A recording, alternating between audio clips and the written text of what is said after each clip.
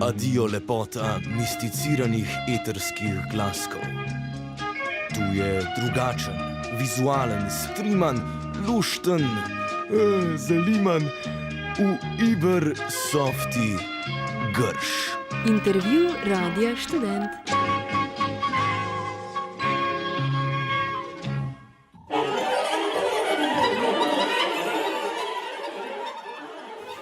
Cenjeno poslušalstvo, pozdravljeni v današnjem grš terminu, kjer tokrat gostimo kolektiv CRRNT. Z nami je vseh 8 iz kolektiva, samo eden govori slovensko, Lukas Abric. Tako da bomo od zdaj naprej govorili v angleščini. So, CRRNT Collective from Copenhagen. Hello everyone. Hello. So let's start at the very beginning, you know. How did you guys all meet up, and how did this collective, which is kind of big at this point, form? Who wants to go? Well, I can say something about it. So it started as a label in Lithuania. That's where I'm from. Mm-hmm. And I moved to Denmark and met a lot of nice people, and we all play music and we're all affiliated in some way. Either we play together or we are friends. And there was, I guess, some kind of an urge to make something like that, because we noticed as being non-Danes in Denmark, we noticed as there's like a lack of some kind of acceptance towards foreigners, especially in the music scene. So we wanted to make something also for ourselves, but also for friends who are also musicians, or not necessarily friends, but who are musicians, foreigners, and sort of doing things in Denmark as musicians, artists. So I think that was one of the main things that kind of pushed us to do this collective and to sort of create some kind of platform which is more needed to diversify the local scene. Mm-hmm.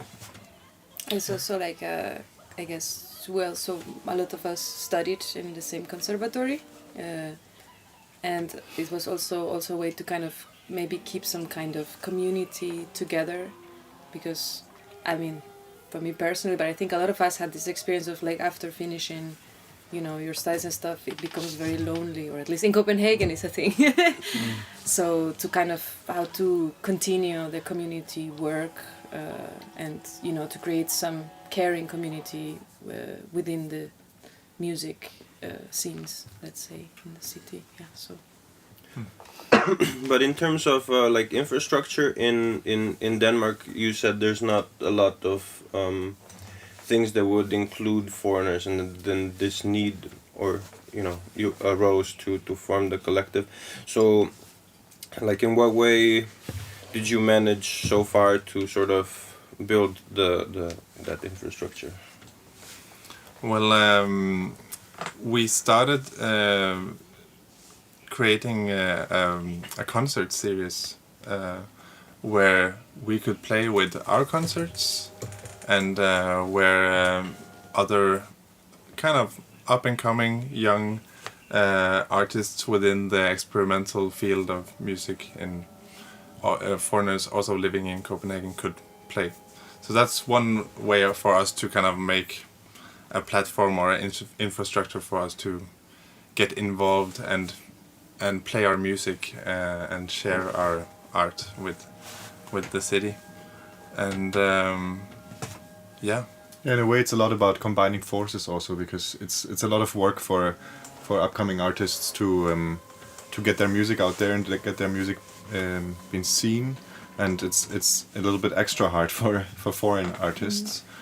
So our aim was kind of to create a structure that helps both the musicians inside but also outside of this collective, and also other arts to thrive a little bit more. And that meant mostly like concerning this concert series, like applying for fundings to make this happen, to pay the musicians properly, to have a nice stage with good sound and a good venue and everything around the concert that people don't see, but that is quite important for music to happen. And then also, I guess you sort of went from the role of musicians, performers, into the organizing aspects of it. And I wanted to ask, in terms of like reaching an audience, you know, how did you? Is that something that's easily done, you know, through, you know, mutuals or people who already attend concerts of you individually, to sort of bring them in to listen to new stuff, to, you know, artists they've never heard and stuff like that? How does it work? Well, the first kind of big project that is, again, as Ivar said before, was this concert series, and the reason we wanted to also it be a series, we were looking for a long time for just to have one place where we could develop this concert series, in order to also figure out, like, okay, what kind of people might be interested to come to these concerts, if we do this a little bit regularly on the same spot. And I think it's something that we're still trying to develop, still I was in the early stages, because it takes time to build up a, let's say, momentum with an audience, and especially in a city as Copenhagen, where a lot of things are happening all the time. There's concerts, there's all kinds of happening. So I think this is something that we're still working with, trying to grab different people from different places. We've talked a lot, and I think also about trying to reach out people outside our own bubble of musicians, but try to get, for example, now in where we had the concert series was in a specific neighborhood in Amma. Like, how do we reach people living in Amma and make them interested in trying something new? Which also, I guess, is a bit combined with, we try to also look for some music that maybe was not as experimental, but maybe was a little bit familiar, and trying to mix the two during the concert series. So maybe people will come from these artists like more pop, more, you know, easy to digest, let's say, but then afterwards will be something more experimental, and then some people will actually stay and will be like, oh, what is this? Or maybe leave also, you know. But it's just to that was kind of one strategy that we used to try to see, like, how can we get people interested. But the scene in Denmark as a whole has affinity for, you know, the kind of I mean, there is people, you just need to get it, or you have to educate your audiences as well. Like, you know, because for instance here, the scene is small, so there's, you know, a lot of fragmentation, and a lot of time you really need to sort of, like you said, keep the momentum and sort of educate the listeners to get into that kind of music. But I would imagine Denmark being a bigger country, that's sort of, and especially Copenhagen might be. At least Copenhagen, I think we are quite lucky being in Copenhagen, because it's a very cultural city and kind of culturally liberal city. So there's a lot of actually experimental art going on, and I think there's audience for us actually. So I don't feel that we are struggling that much to find audience, even. To reach that audience. But it's harder to reach like above them or like across them. That's a challenge. I feel there might also be very often an audience that could be potentially interested, but maybe they're not part of this scene or the bubble. So it's kind of the struggle, or the aim is to reach those people actually who are kind of open-eared, open-minded, I guess, curious. But are not in contact with the happening, so they don't know, like, they don't have all the Facebook pages, like, they don't know the events really, they don't maybe know the musicians so well. So it's easy as a musician to find events and things you want to go to, because you hear it in the community.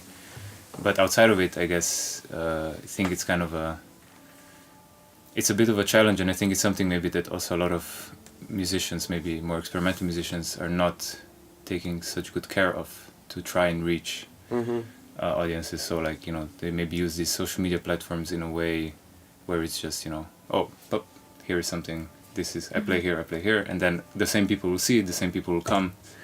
It's fine. It might be enough people, but you will get a lot of the same people all the time, which can get a bit unexciting, I think, as a performer, or also concert organizer, I guess. Yeah, and like you said, as organizers, you know, coming into contact with people who don't post much. How do you, for instance, find new artists to platform or to invite to shows? Is it like through people you already know, or you do you know, make a conscious effort to go and see shows and scout for you know, potential people to platform? I guess a bit of both. Like sometimes, I mean, for instance, there was this band from Ghana that we just kind of found pretty randomly in some of the events, and they live in Denmark, which is kind of crazy. That this Ghana High Life band lives in Copenhagen and plays there. So there are these hidden gems in Copenhagen, but they usually don't really play in, you know, they have like one place where they can play, and you have to kind of find that one place, and then you can invite them. And I think that's also a nice process to look for things like that, just, you know, in the local scene, but different things, because it's, I would say, yeah, you said liberal, but I would say it's very homogeneous, because things are, you know, like always like this in Denmark. I feel it's always same places, same people going to same places, same musicians, and it's very hard to break that frame, I think, and that's a bit what we are trying to do. I think also just trying different kinds of places, which is a bit challenging because, for instance, Ama, this neighborhood where we are doing the concert series, it's not the most hip neighborhood, and it's area where there's a homeless shelter and like there's a bit of crime and stuff like that. But I don't know, it's just way more interesting to do things there than, you know, like in other neighborhoods where all the concerts are actually happening all the time. But we also, like, we invite people sometimes from abroad, from other countries, which then it might happen or might not, depending on finances. But yeah, I guess we're all very engaged in the scene and who's coming and going and like who we want to invite. So I guess it's like an individual and a group process. And I think we're very lucky in our constellation here that we're from the same scene in Copenhagen and we live there, but we're all from different places. So we also have a huge network and from many countries and backgrounds as well, and different like, backgrounds. Musical backgrounds. Yeah. Definitely. So it's been very interesting to work together on like programming this concert series, like people's different tastes and also when we release music, it's quite a big spectrum of music, I would say. But do you connect with your local scenes then? I mean, not local, but like, how do you say, native, maybe? We're here. Yeah, like now we're here, Yeah. I mean, is there a plan to do more tours like this, to go to... We're going to do a tour in everyone's country. Yeah, I think that's, I mean, that's a fun thing for us to explore, right? And so, yeah, I think we want to do that. We've invited some bands, like we invited one of the Radius's bands over, and we're going to do more of that. So, yeah. I mean, the project is also still quite in the beginning. If you think about that, we started to work like 1.5 years ago, and this concert series was like a huge chunk of work for us. And now this is kind of like a new thing to try to reach out in a different way, right? Rather than the concert series was very local focused. How can we make this happen here and get the people here? Now it's a bit more like reaching out, and let's see how that goes. Yeah, to go more into the creative aspect of it as well. Now you're playing concerts as a band as well as a collective. And how is I mean, you've all played before in this constellation, or this is like the first time to have this octet? Well, it's I mean, as we started out as organizing concerts, so then I guess we at some point started to have this idea of actually we could also play together. It Yeah, would we're be actual so nice. musicians. Yeah, exactly. To leave the organizational part of the work for a bit, and get into the creative part and with playing music together. So actually, the organization aspect of this collective came first, I guess. Once we all got together, and then we had the idea of playing music together. Yeah. But we've played So- one concert together concert. as a band. Mm-hmm. Like performed it as a band. Mm-hmm. So Which now was the it's- opening of the first concert series. Exactly. Yeah. Yeah, the opening celebration. And I think it's a very healthy process for this collective, because we've been involved with so much practical work together and had like meetings every week about organizing these concerts and the festival for this August, and many other things. That I feel like this playful creative space of actually rehearsing together and making a concert happen. I feel at least the last days that we've been doing that in this residency have been very like I don't know, healthy and cleansing somehow for the spirit of the collective. Yeah. And how is the residency going so far? Terrible. No. Not that bad. It's going well, I think. Yeah, we're lucky to be able to stay in Luca's father's house. Yeah, so he's from Kras. He has this old farmhouse. It's not a farm for a while now, but a big like kind of rural house with a lot of rooms, so we can all stay there. There is a big enough room for us to rehearse. We're in beautiful Kras, as you know. So it's also it's nice to also change the environment, and it's kind of an inspiration boost, at least for me, to play music in a different environment than I'm used to. Also, it's like -8 in Denmark and freezing, and here it's nicer and warmer. Yeah. But you're preparing for the upcoming concerts now. What's the sort of compositional process like, or how does a day in a life look when you're at the farm? We wake up at 5 in the morning. Milk. Yeah. We chop the wood. We don't chop it. We don't chop it. No, but we start the fire. There's a fire, actually, yeah.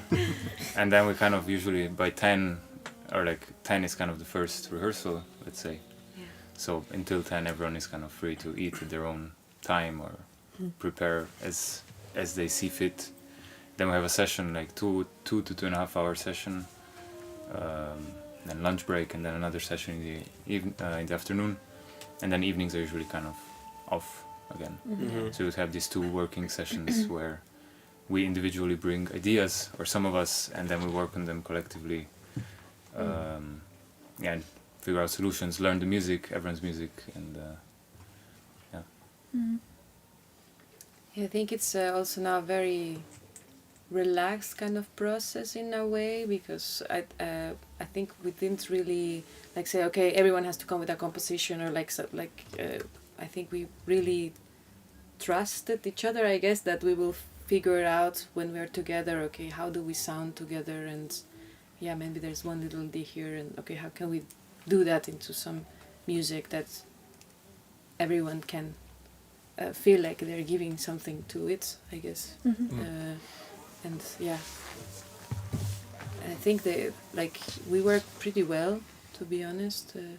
Very good at listening to each other, and also expressing what's going on, like the process individually to the group and back. It's like we have pretty good chemistry, I would say. I mean, it's not too democratic and also not too fascist. But do you write each other parts, or is it more like this is a broad idea and then let's do this? More like that, actually. More like that, yeah. Yeah, like somebody brings rough ideas and then we work them out together. Maybe we split up the melody, or we give different roles to each other, and then we kind of compose structures Yeah. Some of them are also more like Misha, for example, wrote more like games that we will perform. So the music has different kinds of structures that we explore together. Yeah. Yeah, cool. Yeah, and all of us come from a background of improvisation, or like we've been working a lot on improvisation and improvised music. So that's, I guess, also a big part of our process when we compose and work with music together, that we are quite comfortable just jumping in to the music together and jumping into this process, because we kind of feel safe playing with each other, and we trust that we will get somewhere and create something. And I mean, this sounds so lovely, you know. I think it's like, even from like an ideological sense, you know, you're there, you're balancing democratic and authoritarian sort of community living, plus the organizing stuff. I wanted to ask, did you sort of come across any other sort of collectives or institutions like this that you would that maybe have the same ideological trajectory, and that you would link with or work together in the future? Because this sounds, I mean, it's pretty rare to have the group, this kind of group of people. Well, we're going to play part of this collective here in Slovenia, right?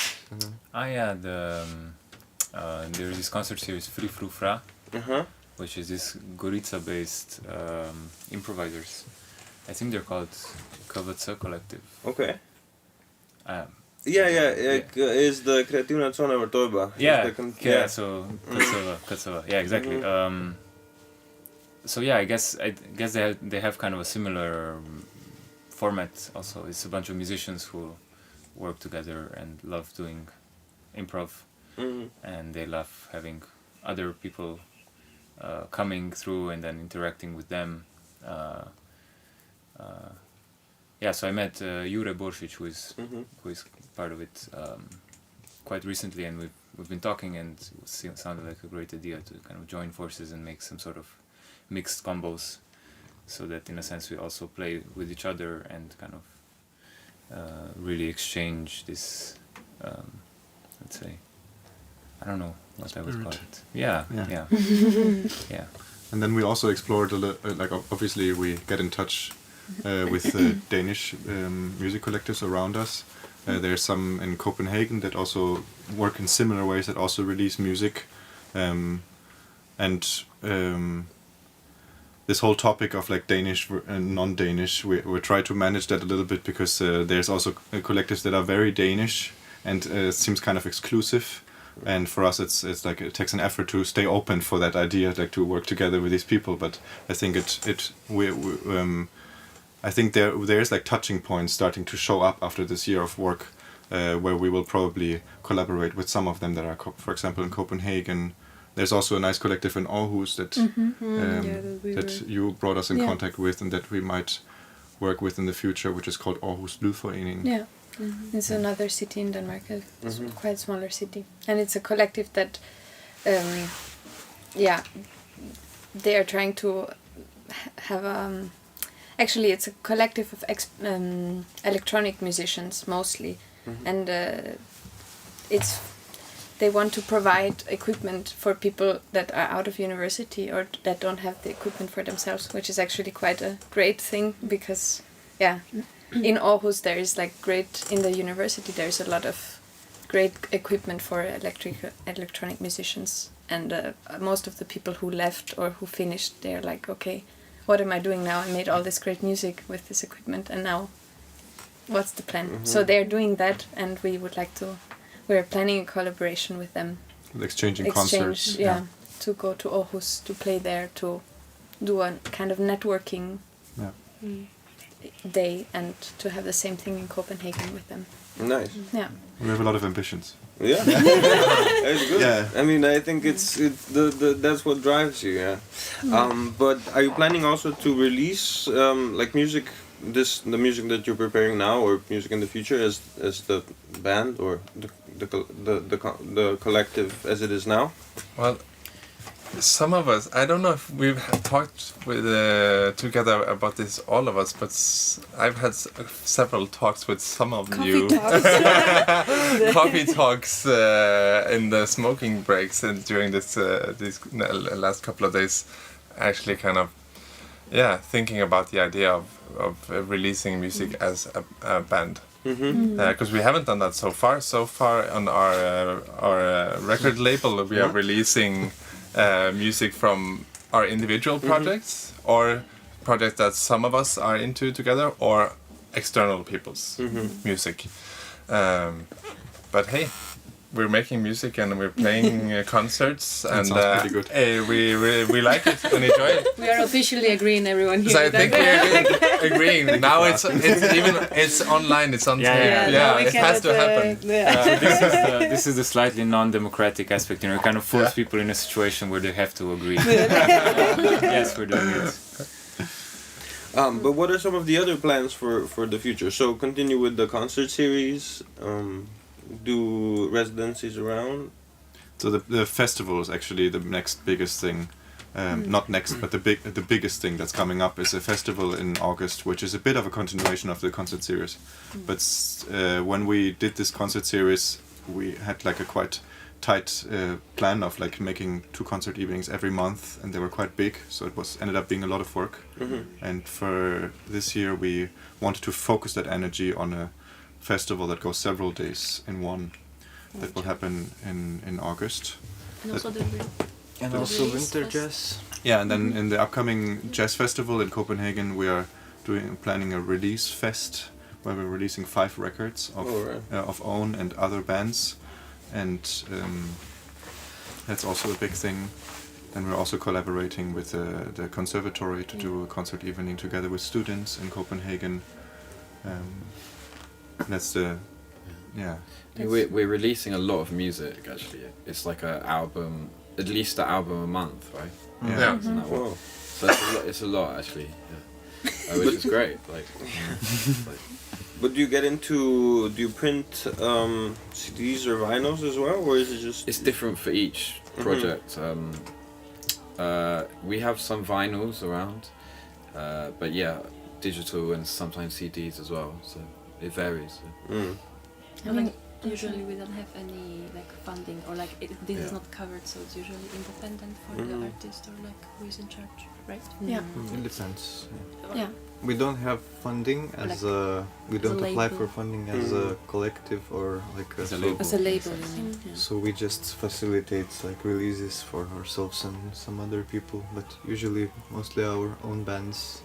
Like most recent releases was a record from Ben in a quartet, a record from Luca with the Gatherers, and a record from Laura. And there is some more records coming from Jimmy Nitria with Ivar and Jon. And your duo actually also. And our duo. So there's lots of good music. But the label is run kind of DIY. That's the way we're running the label. Because I think we kind of everyone agree that we don't have quite enough energy to like run a professional label, because that's a whole different thing, and it's to do that properly, it's a full-time job, and that's not what we are aiming for here, at least now. For now at least. So still it's kind of DIY, and that opens up a lot of opportunities actually, because it's kind of low-key a way of sharing music, and easy way of sharing your music with the world. But what about the media landscape for instance, in Copenhagen or Denmark?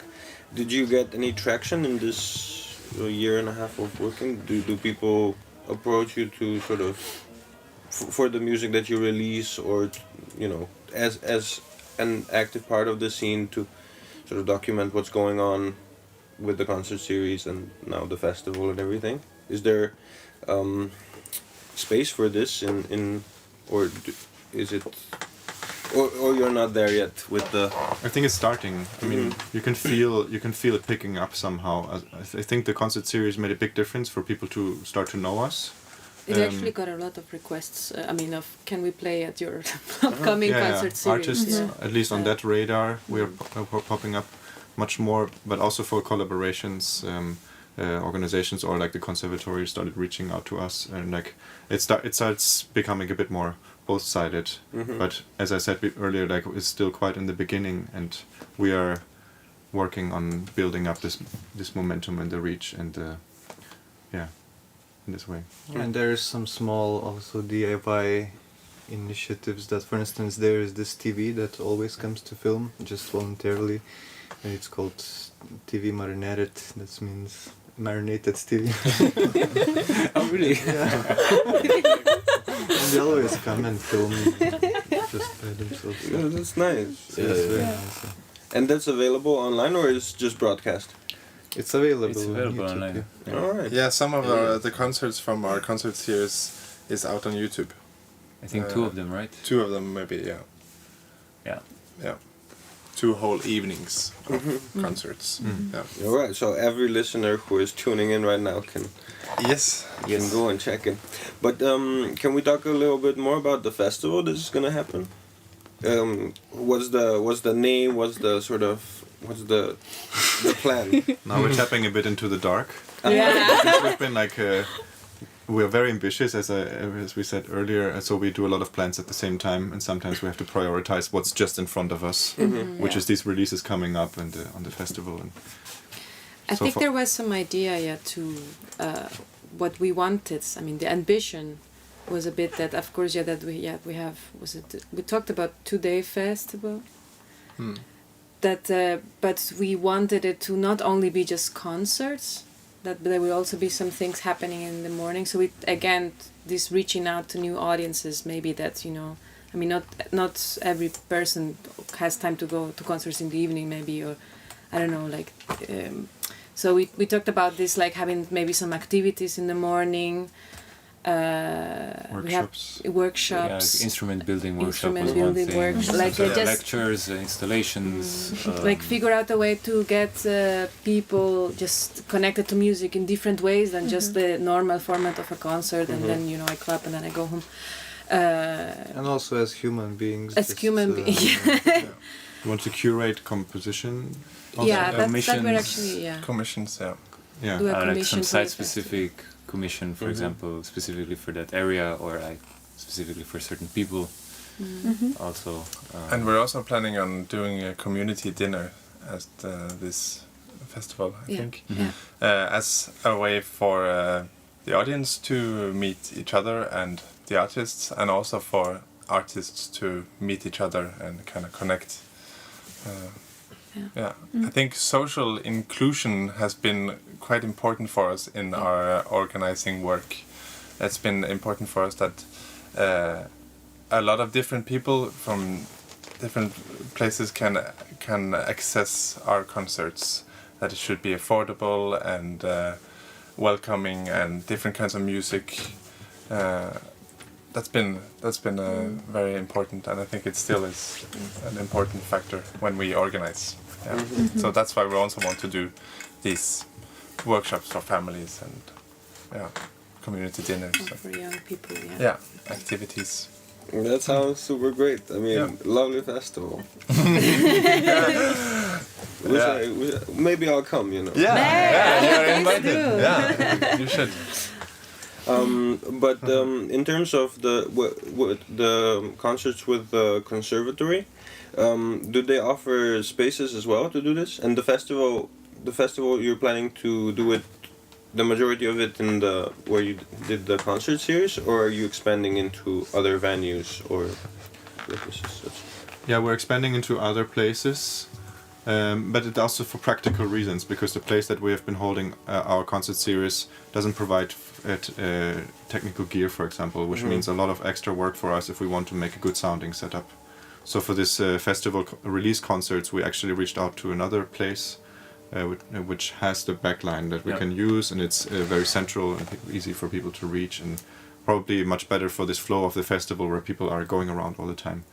to end up there. Yeah, because it's part of this Copenhagen Jazz Festival, which is not something very centralized. That usually jazz festivals are one venue or a few venues, and line up. But Jazz Festival in Copenhagen has hundreds of venues, and it's just like that. There's one main organizer, but it's kind of open. You can be part of it, and that's the cool thing about it. So And the challenging thing. and the challenge. That's what we have to work with. And then the collaboration with the conservatory is about them inviting us. Like they give the space, they give the technical supplies, so to say, Backline and the technician, Mhm. and then for us it's about the creative facilitation to work together with the students and make music happen. And then it will happen in the facilities of the school, and they have quite nice spaces that they also use during the jazz festival usually. Alright. Yeah. And the students are receptive to this. There's a big turnout. Did you do? You didn't do it already. Not yet. Ah, yeah. Okay. So there's no. We have a group. Usually there is a lot of interest, or at least some interest. Mhm. Also, quite a few people I've noticed in the past years, kind of this, because the conservatory organizes their own events during this festival at the school, where students perform, and it's been quite a lot of people, at least last year, more than comparing to the year before, even more compared to the year before, I guess. So I think there is interest in people hearing what younger people or students still are doing, or what's cooking, like in the conservatory. Yeah. Do you have any anecdotes or maybe personal highlights of this since the start of the collective? Something that was like, wow, this is really like the moment that this is what we're doing it for. Can be anything. Can be like a good phrase that you just heard on a show. I would say some of the when we did these mini festivals, we got quite into the decorations, and we spent really a long time making stuff, quite elaborate stuff. We built this massive curtain, like fluorescent. That was it was like 30 foot high or something, and for me that was a big highlight. I liked that. I enjoyed that. Yeah. Also, just what people said after the concerts, coming to us and being very happy about it. It just felt super nice. Just as we were, I was continuing this concert series, and it was a lot of work for us. Just sometimes these little feedbacks popping up out of nowhere just gave at least me a lot of energy. Yeah. And also when we saw people that none of us had any connection to, like at some of those concerts, like there were quite a lot of people actually, and it felt like real kind of festival. That was really nice. Yeah. I was also very happy to see some, I don't know, just in this group some very nice things happen. For instance, now I just can think of one story that there was this one concert series where this woman came from the area, which is a bit problematic area, and she was maybe high, maybe very drunk, but she started acting up, grabbing people's genitals, and then kind of difficult situation which sometimes we have to deal with in that area. It's kind of also part of it. But then I was really pleasantly surprised how we all dealt with that, like in this very, like, nobody called the police or nobody did that kind of stuff. So it was kind of like witnessing, meeting different kinds of people, and because some people come and they're like, oh, this is weird, like this, what are these people doing here? But I think in this group it's very nice because everyone's kind of chill about it and Considerate, yeah. Yeah, I think I was also, for me, like I don't know if it's a general anecdote, but it was just the general experience was that how caring everyone is, like in this group, like in very different ways, but like we're very caring for each other, and we take care of each other. I guess I'm thinking in context of the small festivals where we all had too many things to think about, and some of us had to play and also help in the bar and without entrance, and so there was so many things going on at the same time, and I think we were all very much like, are you okay? Is everything you need? and also like people like from the audience as well. I mean, some of our audience was of course friends that we know and stuff, but they were also as well very caring, like, hey, everything okay, can I come, I help volunteer, maybe help, you know, in the bar and stuff. So just the fact that, you know, this came all by its very naturally, I thought that was such a beautiful thing, you know, and at least a motivation to why we want to do this, you know, and why it's important, why concerts are important, why social events are important. You know, maybe I'm thinking more about now that now in today's society is like so much AI and technology, and you know, and streaming, and you know, a lot of talk about concerts will be streamed in the future. You know, we don't need to go to but here, like for me, that's really manifested a lot of why it's so important to do this, to do what we're doing. And also it's kind of like I don't know, there's lots of individual process in artistic life, I would say.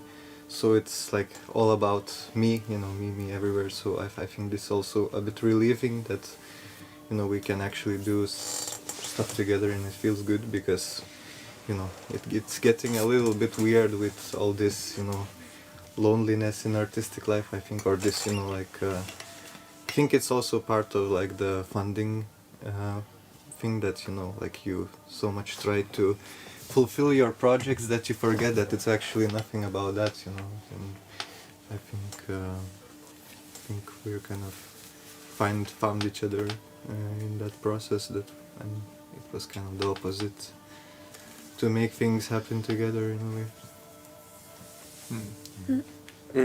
Well, this all sounds very, very nice. It's I love the fact that you mentioned this sort of balance between the hyper individuality and then the community aspect, because I think even in like institutionalized concert, there's not that much community present, at least not necessarily, and I think this is one of the aspects that is often neglected in terms of music, to actually be present with the people in the room, not just go and consume whatever is happening.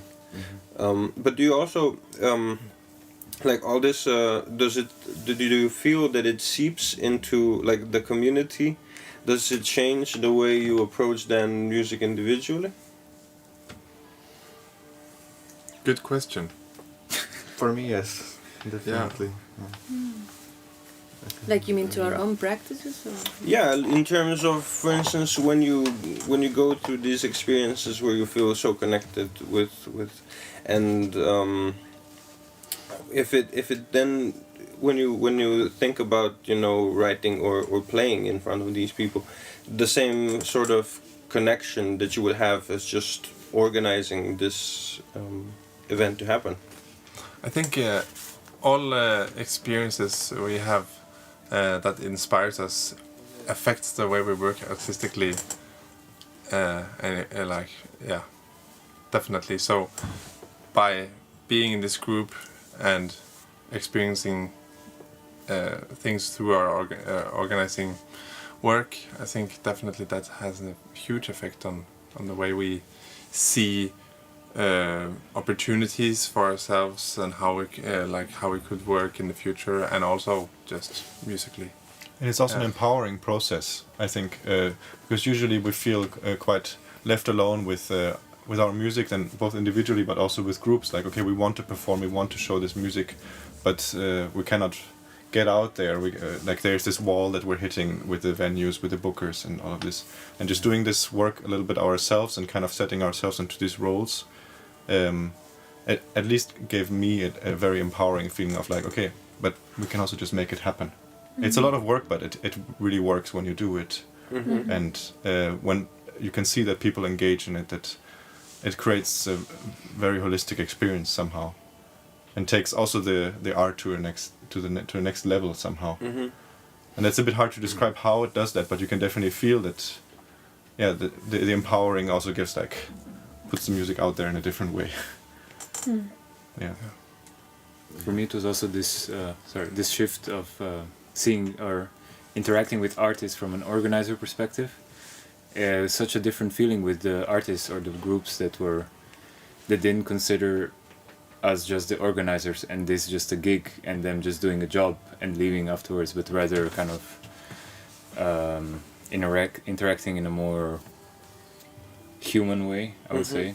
And this definitely made me think also when I try to book my projects or bands and whatever, to kind of be aware of this aspect, that someone has put a lot of work, or you know, there is someone's enthusiasm behind booking this specific band. So you know, I should also come with an open attitude of not just, okay, I'm here, I'm tired, I've traveled for 6 hours and I'm just gonna do my show because I can play or whatever and leave, but rather to, you know, also give back in a sense with the music, because it's possible, I think, and that's the main thing that most people feel, I think, is this transferring the energy in a sense, or like kind of this vibrational sphere, not necessarily the music or how well it's played or how complicated it is, or so this was something for me that made a difference.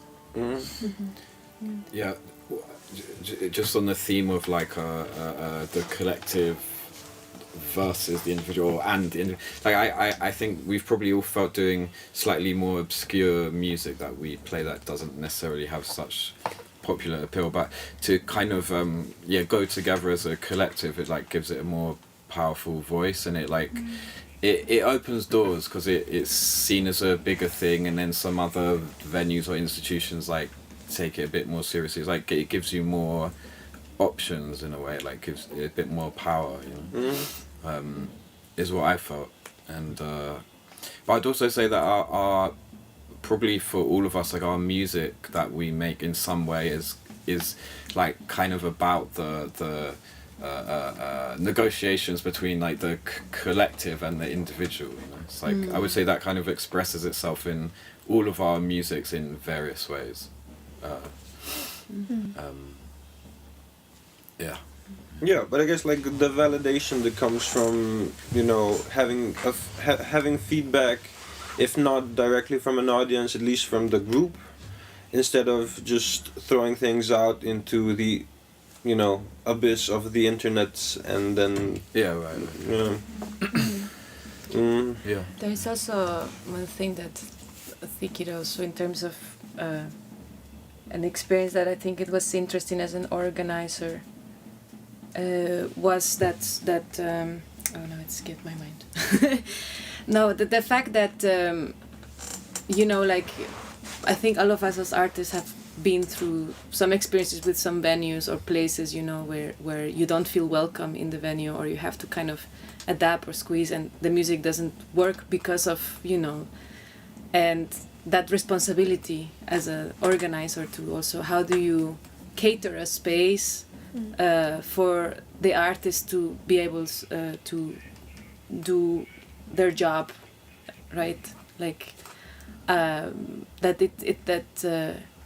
that's a huge responsibility in a way, and it's a beautiful responsibility because again, I guess I keep coming back to the care, but like this, like how do we create a space so the artists can feel relaxed, so you know they manage to deliver what they come to give, you know, to the space and to the audience. And I mean, there is actually one anecdote that I don't know if I told all of you about this, but we invited one of my friends, a guitar player from Brazil, to play a solo set, and he is very anxious about playing actually, and I think we all did a good job to figure out, okay, how do we create a space for him so that he can deliver his because he had told me many times, I'm not gonna play more live concerts, and was actually very like doubtful, should I do this concert or not, but he did. It was a very beautiful concert, very touching concert, and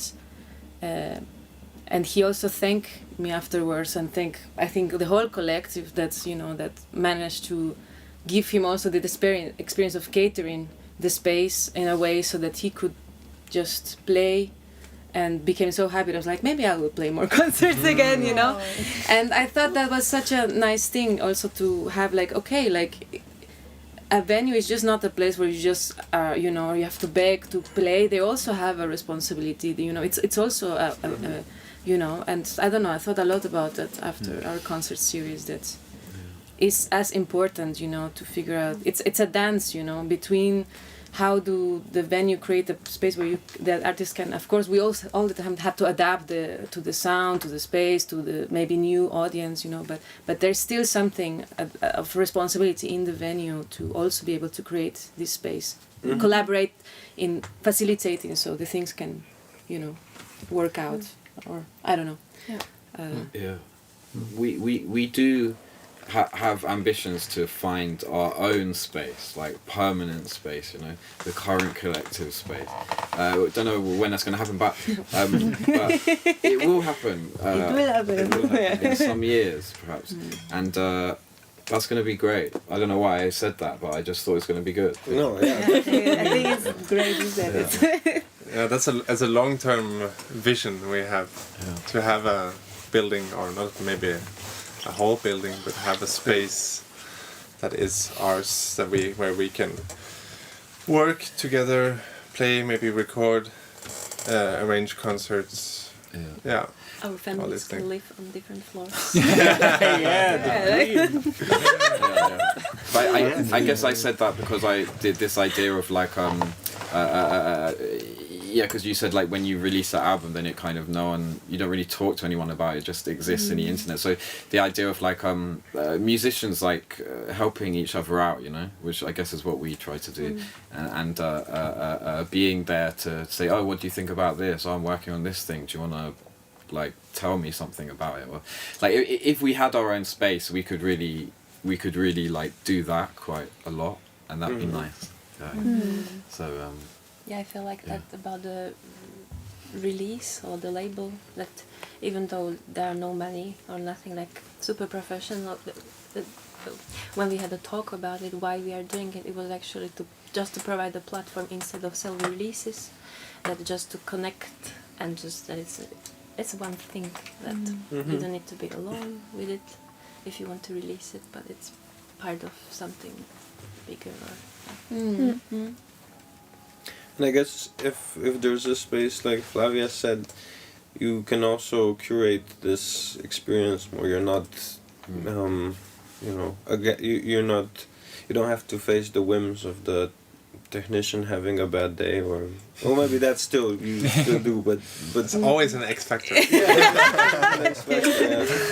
But you can, I guess, minimize that, and then, you know, and also it connects with what you said about, you know, this care aspect.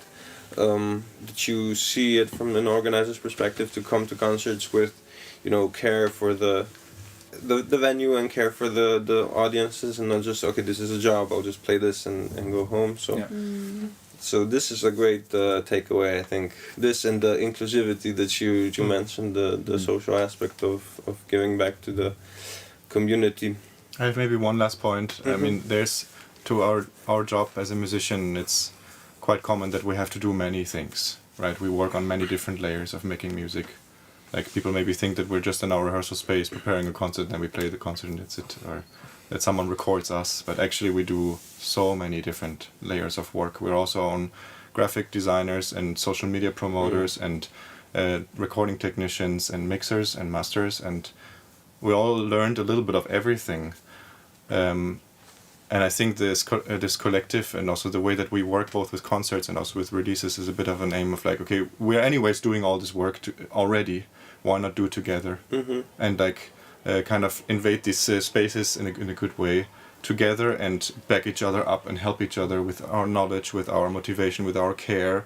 And also now it seems like we're a very closed off group here, but actually we are very interested in like holding other people too, and letting them in, and having them take part in this, and supporting people. Like, when we apply for money, we are interested in like boosting the whole scene and helping other musicians thrive as well, so that we can have a collective experience in this overwhelming world of artistry.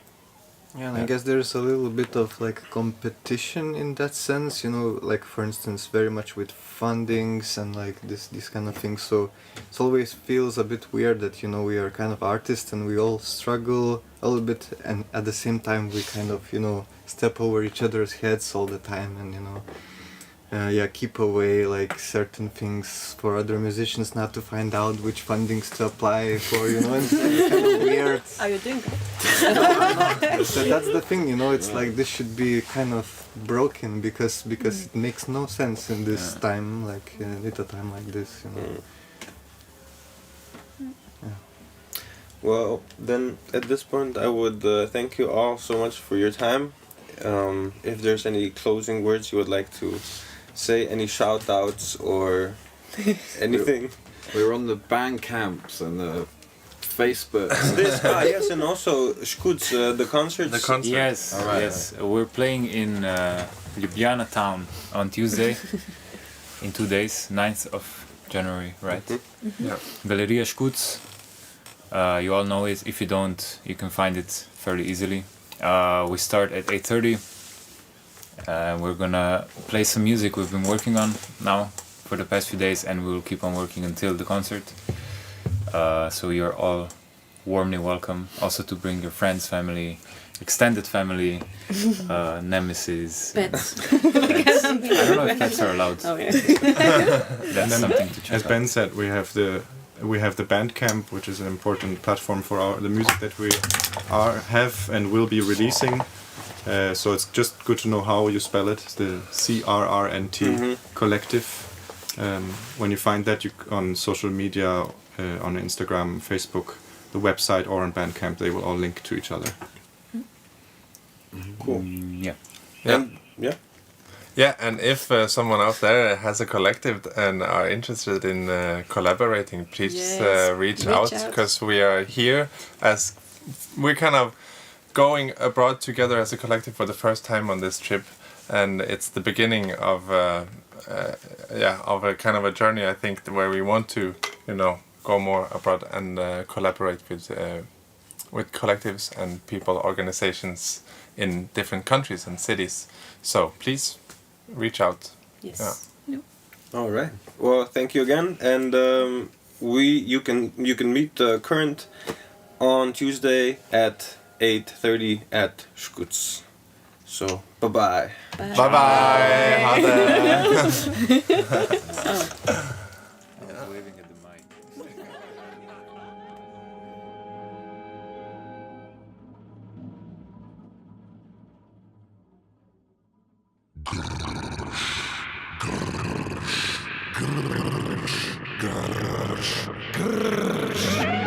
Adijo lepota misticiranih eterskih glaskov. Tu je drugačen, vizualen, striman, lušten, zaliman, v iber softi grš. Intervju Radia Študent.